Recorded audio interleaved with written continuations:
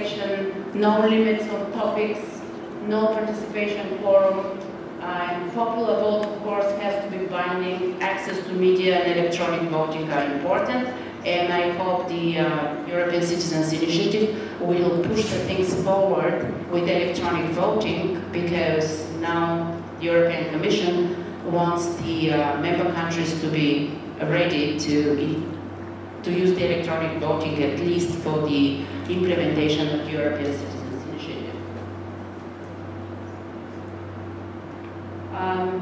These are the steps, I just mentioned them, of the European Citizens Initiative.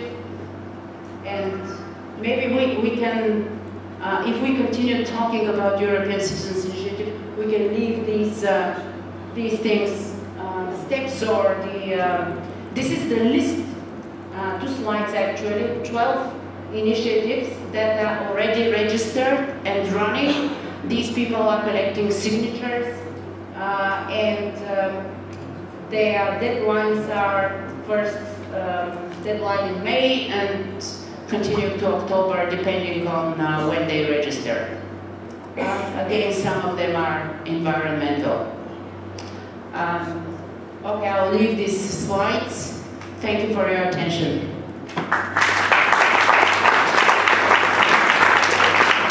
We move really fast to Wawa because we want to leave some time for, actually enough time for discussion and questions. Wawa Wan is actually the policy advisor of the 8 Hours campaign. The 8 Hours campaign is a campaign that has been supported by the NGO Animals Angels, and it has to do with the fact that it asks for an 8-hour limit, upper limit, for the transport of animals that are going for slaughter. The campaign engaged in a signature gathering, which actually reached 1.1 million signatures from citizens all over Europe, which was a big, big achievement. There are very, very few campaigns that have managed to do that. We actually had the support in this of our MEP, Michalis Tremopoulos, who was actually the initiator in Greece of collecting signatures from the other MEPs, from the different parties, and also sent letters to other Greek MEPs and Cypriot MEPs, urging them to support the campaign. So we thank Michalis for this. Also, regarding the outcome of this campaign, which Wawa, of course, will tell you more about it, it was not, it started before the official ECI procedure, so it ended actually in June of 2012. And the 1.1 million signatures were presented to Commissioner Dalli, and yeah, the ex-commissioner, who is no longer commissioner now.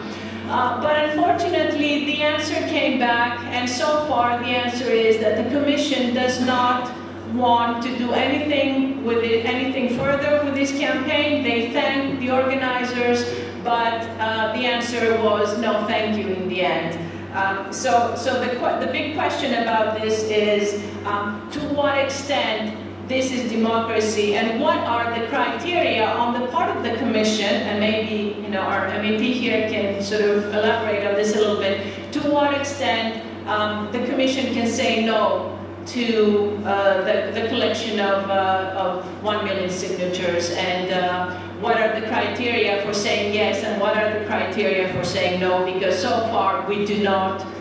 We have never heard from the Commission regarding the rationale behind this. So please, Wawa. Okay. First of all, thank you for being here and interested in the issue of democracy. I'd like to elaborate a little bit more on the background of 8 Hours campaign. Although it's a campaign about animal welfare, I think the operation of this campaign is very useful in terms of its empirical experiences to the audience. First of all, it is an indirect or so-called participatory democracy in the sense that citizens weren't able to voice their concerns directly and have a direct impact on the legislative level. How the 8 Hours was launched, it goes way back. A few years ago, there was a Danish socialist MEP called Jansen, who saw the discrepancy between the regulation governing the transport of animals and practice.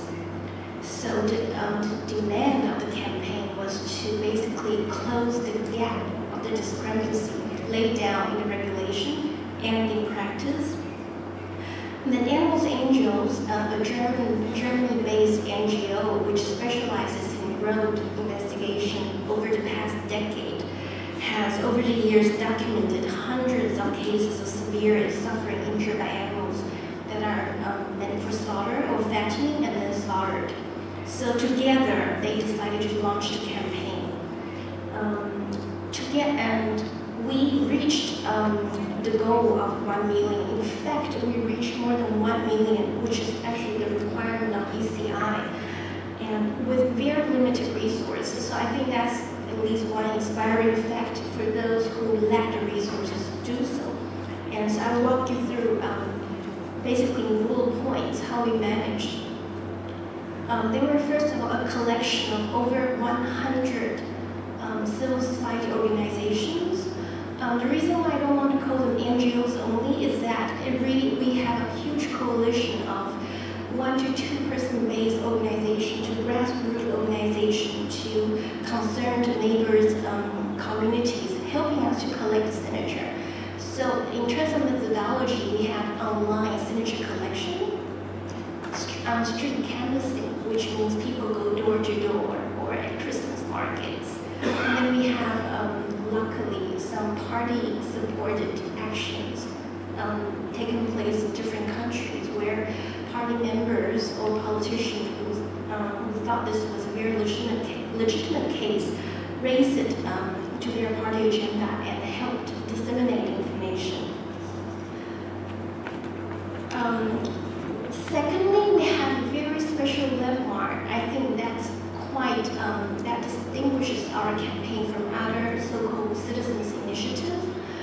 That is, we actually managed to get a majority of the members of the European Parliament to endorse calling for a maximum transport time for animals sent for slaughter. And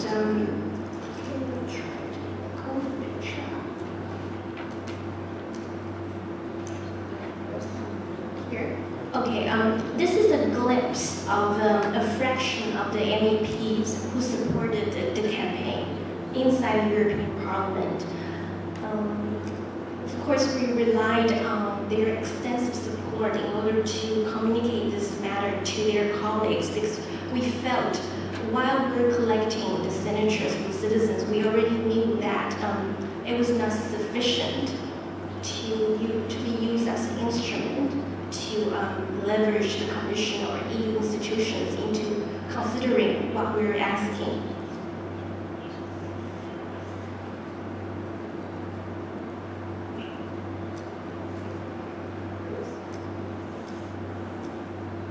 Here's a pie chart. I know the letterings are very small, but you can kind of get a glimpse of the participation from all EU states. And I have to emphasize, the collection of signatures actually didn't only happen within the EU member states border. We actually got a lot of signatures from Albania, Turkey, non-EU member states who are struggling with their own issues but very supportive of the cause. But their signatures weren't counted inside this box. And next.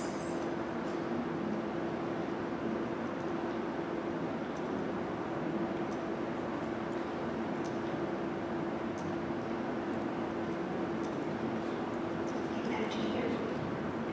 What I want to emphasize is that, first of all, this campaign and the collection of signature predates that of the ECI.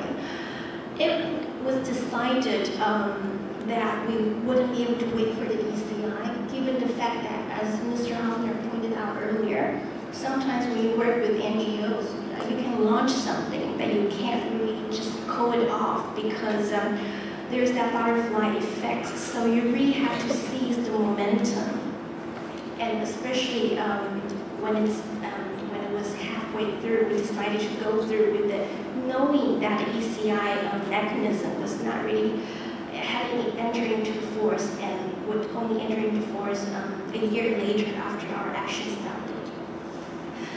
So the two items that I put forward here, one is the 1.1 million signature of European citizens. Second is the written declaration, which was supported by a majority of members of the European Parliament.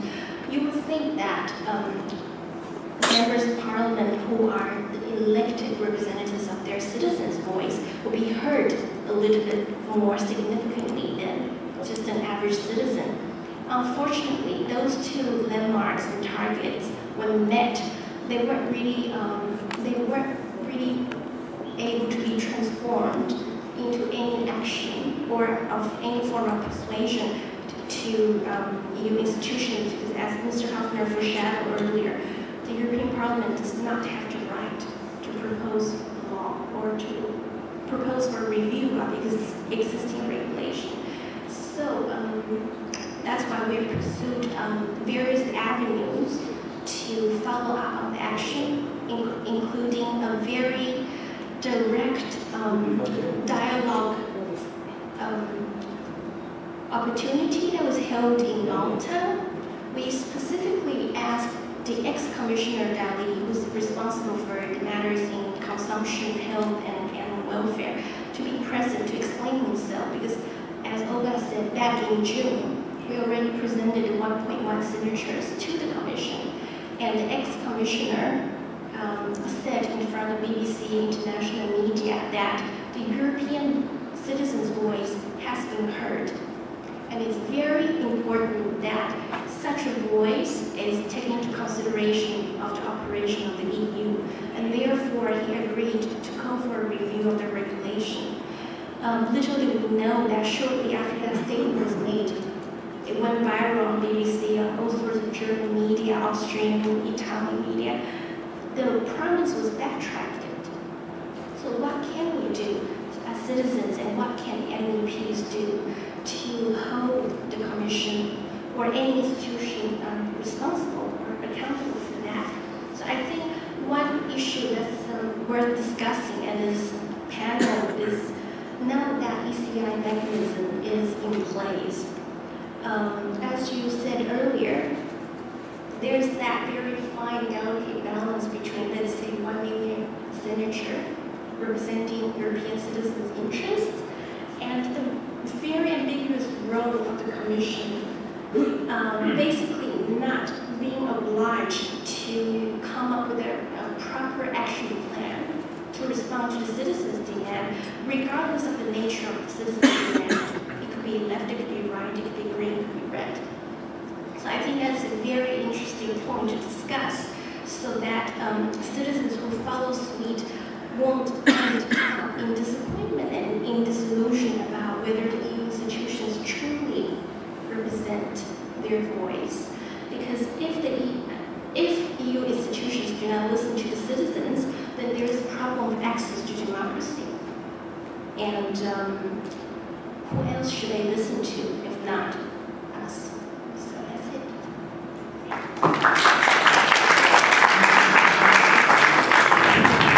Thank you very much.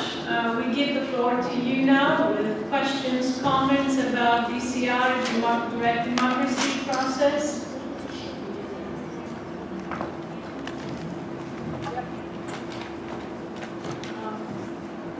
Just like that. Can you come up here?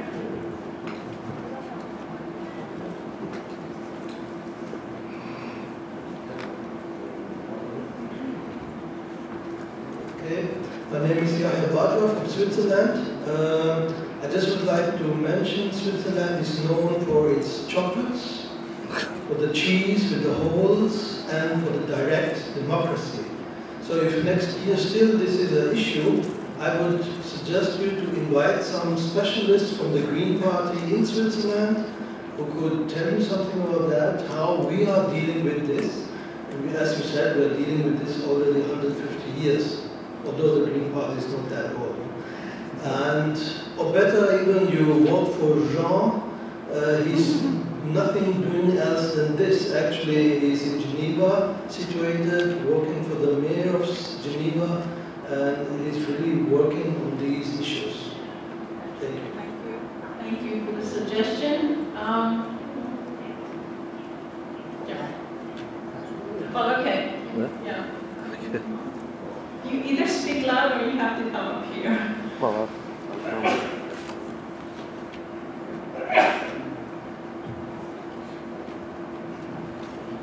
thank you very much for this session. I have questions about the definitions of the terms direct democracy, representative democracy, and participatory democracy. And also in Brazil, they have participatory budgeting. So I wanted to have your comments about those. And specifically on that US election, I don't have a US Green Party. There was a typo. This year's election was November 6th, Tuesday was November 6th, and your slide is November 2nd. So, no, the slide showed second, but it was 6th.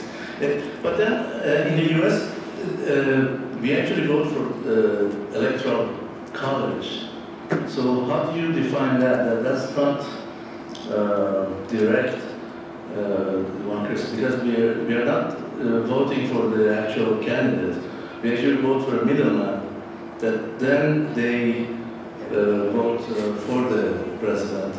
So that's a very unusual, arcane actually system that's left over. Yeah, I like your comments about these definitions, because you didn't mention representative democracy. Which one of these is representative, where you actually have congressmen, and those are representatives, and they are not, that's in a position to sorry, thank you very much. Oh, yeah. Can we also have a couple more questions so we can... Can we have 2 questions and then you can have answers and then go on? Yes.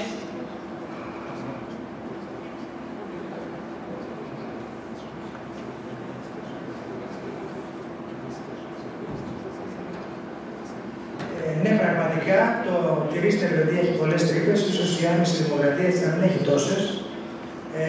Βλέπουμε όμως ότι υπάρχουν κάποιες τρύπες σε αυτή την ιστορία της πρωτοβουλίας. Τα συγχαρητήριά βέβαια σε όσους ξεκίνησαν και όσους διοργάνωσαν σήμερα την σημερινή εκδήλωση. Αλλά πράγματι, όπως μας είπαν και οι προηγούμενοι ομιλητές, ο πολίτης θα πρέπει να αισθάνεται, όπως μας τύπησε η Ντανιέλα, μας τύπησε το Κικέρονα, πρέπει να αισθάνεται δύναμη όταν προβαίνει σε μια πολιτική πρακτική όπως αυτή η πρωτοβουλία. Άρα λοιπόν το να κάνεις μια απλή πρόταση σε μια επιτροπή, η οποία θέλω να σου πει όχι ευχαριστώ, είναι ένα πρόβλημα. Νομίζω ότι πρέπει να δούμε με ποιο τρόπο θα ξεπεράσουμε τέτοιου είδους προβλήματα. Νομίζω και εδώ πραγματικά υπάρχει μια δεύτερη τρύπα την οποία θέλω να καταδείξω και θα ήθελα πάρα πολύ να δούμε τι προτάσεις και τι προοπτικές υπάρχουν για να βουλώσουμε αυτές τις τρύπες.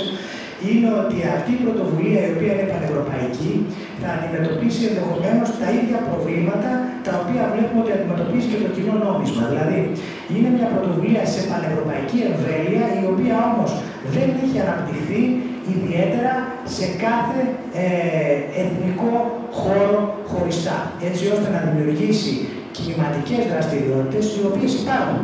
Κάποιος μίλησε για τις πλατείες οι οποίες ζούσαν άμεση στη δημοκρατία πριν από 1 χρόνο στην Ελλάδα, αλλά δεν αισθάνονται βέβαιες ότι μπορούν να έχουν αυτές τις θεσμικές απαιτήσεις. Νομίζω λοιπόν ότι, για να συνοψίσω, πώς σκοπεύει αυτή η Επιτροπή να ξεπεράσει αυτές τις τεχνικές δυσκολίες είναι πολύ σημαντικές. Αναφέρεται πολύ ωραία ένα παράδειγμα στο βιβλίο, το οποίο έχετε κυκλοφορήσει, για μια νοσηλεύτρια η οποία δυσκολεύεται να κοιμηθεί από το θόρυβο των φορτηγών. Εν τέλει, εάν αυτή η νοσηλεύτρια καταφέρει να αρθρώσει αυτή την πρόταση προς την Επιτροπή 5-6 χρόνια μετά, νομίζω ότι ο ύπνο της έγινε αταραχτός από το λίγο δεν θα περιμένει καν το αποτέλεσμα. Έτσι, υπάρχουν κάποια προβλήματα λοιπόν, τα οποία τα γνωρίζετε και εσείς νομίζω, ποιες είναι οι πολιτικές που πρέπει να προτείνουμε να εφαρμόσουμε και το κυριότερο, ποια μπορεί να είναι αυτή η εθνική, η εταιρική, ας το πούμε, για να μην μιλάμε με εθνικούς όρους, συνεργασία πρέπει να γίνει σε κάθε χώρα, έτσι ώστε να μπορέσει να αναπτυχθεί αυτή η κουλτούρα και να αισθανθεί ότι η κάθε κοινωνία μπορεί να επηρεάζει τις πολιτικές αποφάσεις. Thank you. Our speakers can answer the questions and then we'll go to the next round of questions.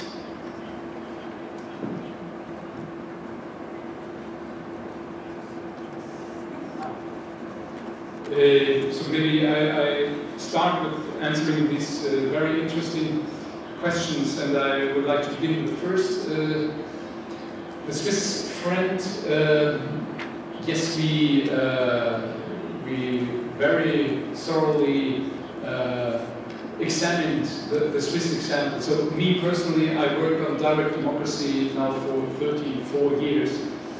And I work together with many Swiss experts. I myself took part in Switzerland in different campaigns and so on. So when we talk about direct democracy, I personally made law proposals not only in Germany but also for other states. Then we always look at what is there, what is the experience, what works best, and Switzerland is certainly the country with most of the experience, and it works very well there, although I would not adopt everything that is in Switzerland. I would do some things different, and that's the way we work with it. I also, when I worked on the regulation of the ECI, I was in very close contact with Swiss friends, for example, with Hans Willy. I don't know whether you know him, at that time chief of so the head of the department that's responsible for all the popular votes, referenda initiatives in Switzerland. He's a brilliant guy. And it's good to learn from Switzerland, because one thing that Europe could learn from Switzerland, I would like to say, by comparing two countries, Belgium and Switzerland, because what is very often forgotten is that Switzerland, we see it as one block, as a unity, but Switzerland has 4 different languages, and the different language also means a bit a different culture. The German culture is different from the French one, from the Romanian one, from the Italian one. And it's different perception of concepts and all that. And but there's such a strong Swiss identity in every opinion polls. It shows up that Switzerland is the country where the citizens feel most identified with their country, more than in every other country.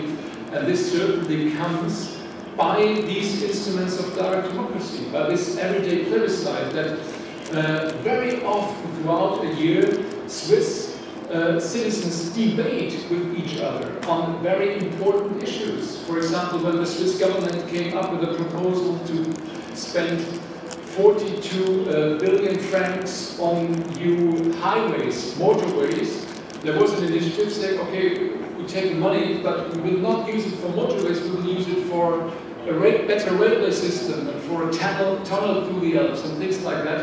If you discuss things that are very controversial and then decide on that by the citizens themselves, then this gives a strong identity. And I would take the other example, Belgium, where you have 2 languages, which is less than 4, but you do not have a real Belgian identity, because the Flames are the Flames and the Wallonians, and they have elements of direct democracy within the Wallonian community, for example, but they do not have the Belgian initiative referendum law. They do not have any instrument to organize a debate amongst these, or that crosses these borders. And in Europe, we now have 26 or 27 member states, and we have different cultures, different languages. And then European politics for the citizens comes down from Brussels. They don't see that they are really involved.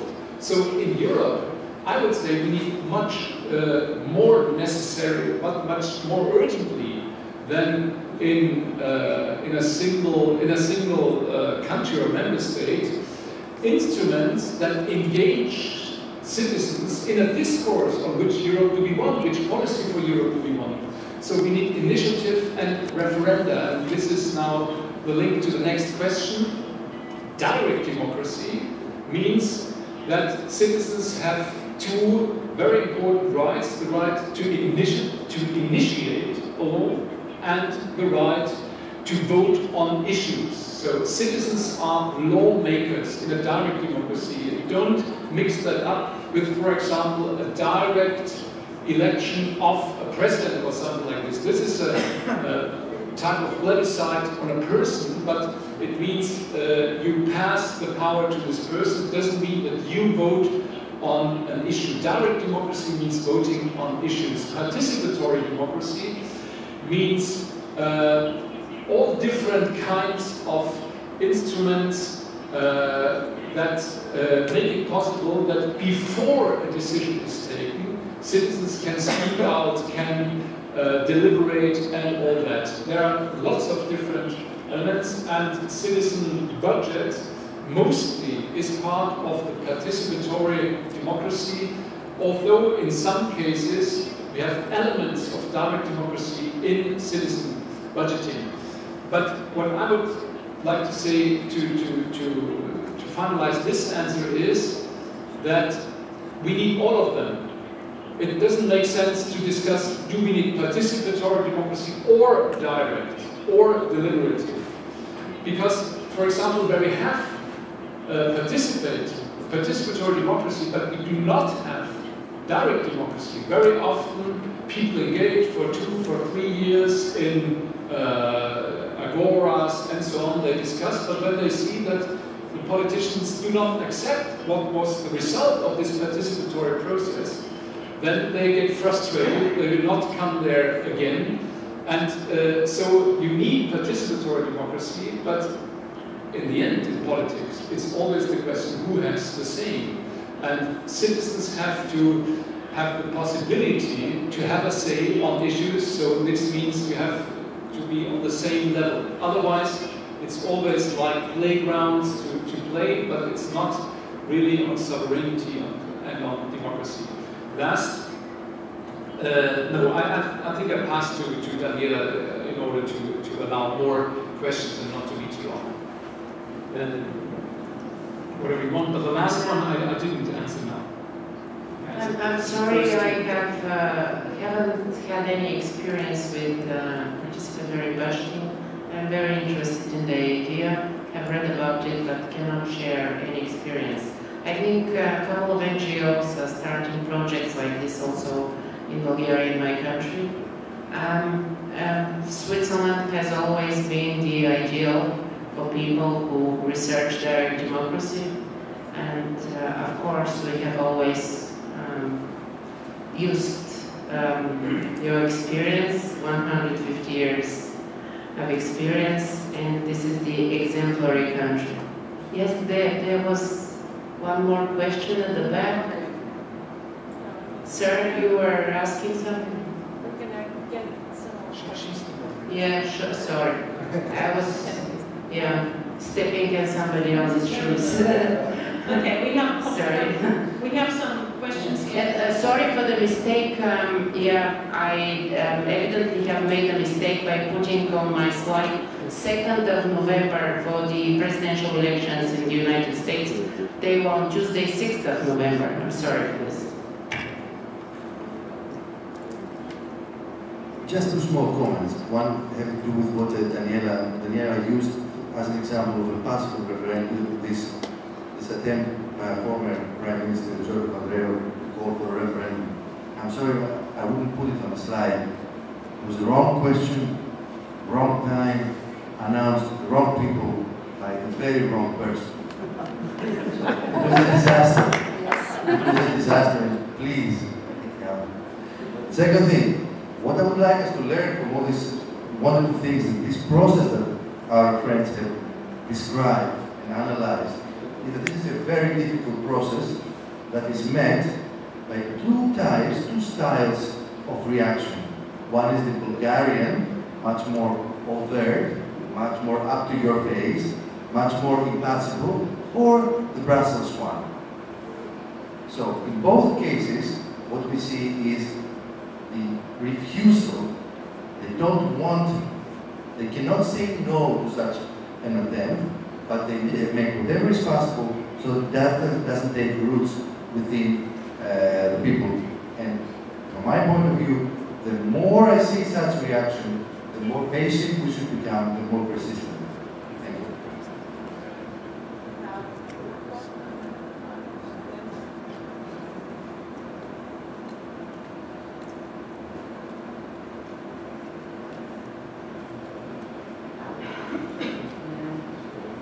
Δύο-τρεις παρατηρήσεις πάνω στο θέμα. Το πρώτο θέμα είναι, νομίζω ότι είναι λάθος να βάζουμε επίθετο στη λέξη δημοκρατία.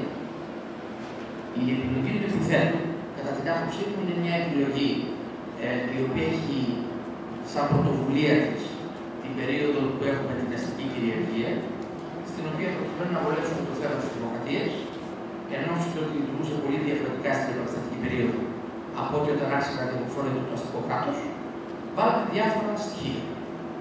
Τέτοια δημοκρατία, έμεση δημοκρατία, φτάσαμε και βασιλευμένη δημοκρατία, και δημοκρατία και σοσιαλιστική δημοκρατία, όλα αυτά τα δημοκρατία. Η δημοκρατία λοιπόν είναι μία.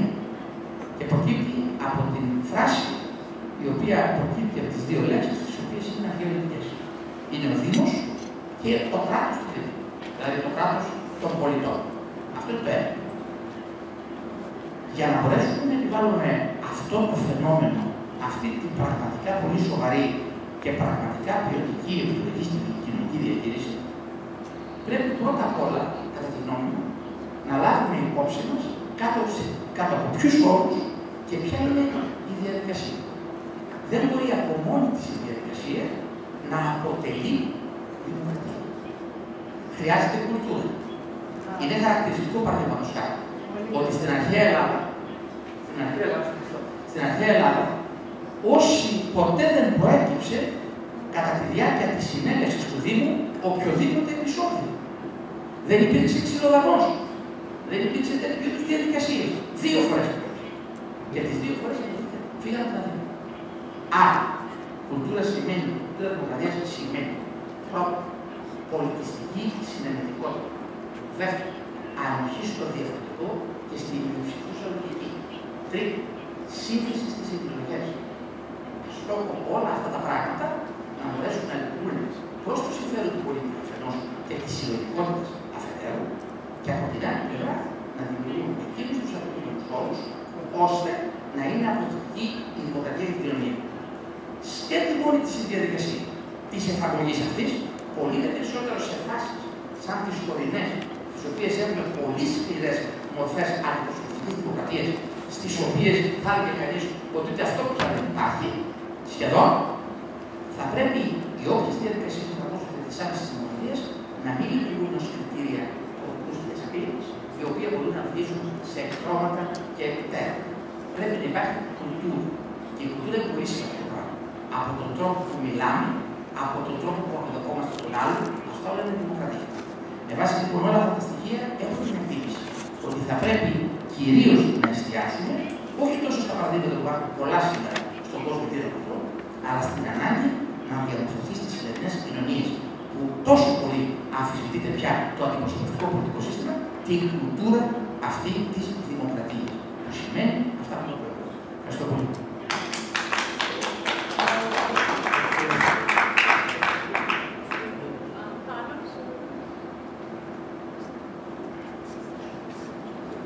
Hello, thank you for this session. It's really useful for us. I would like just to suggest you something. If we want to enforce the citizens' initiative, we could organize a campaign for the engagement of the European Court of Justice. If we have a real citizens' initiative, maybe in favor of the applicants, you know, to take the role of the presumption of law. Is it possible?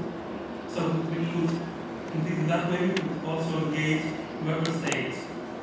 This is my proposal.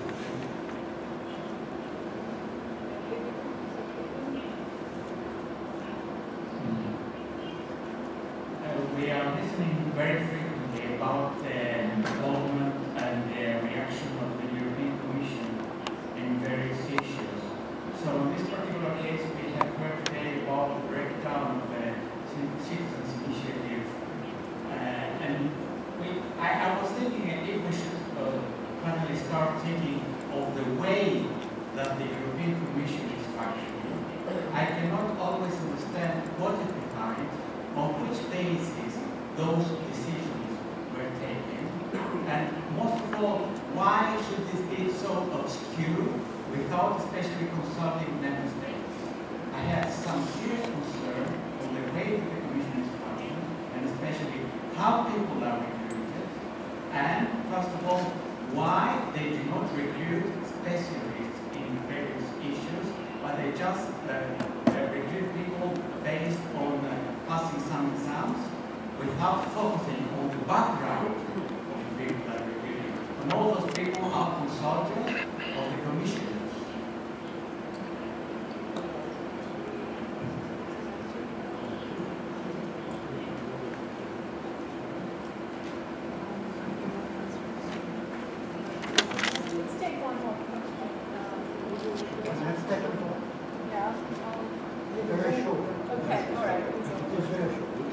Really very short.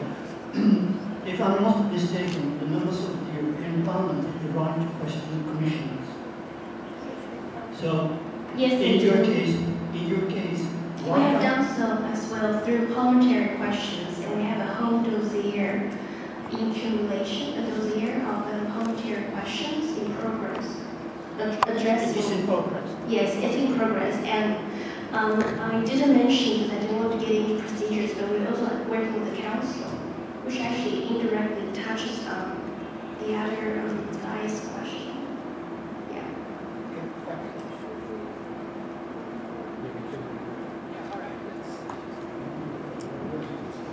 Okay, maybe some brief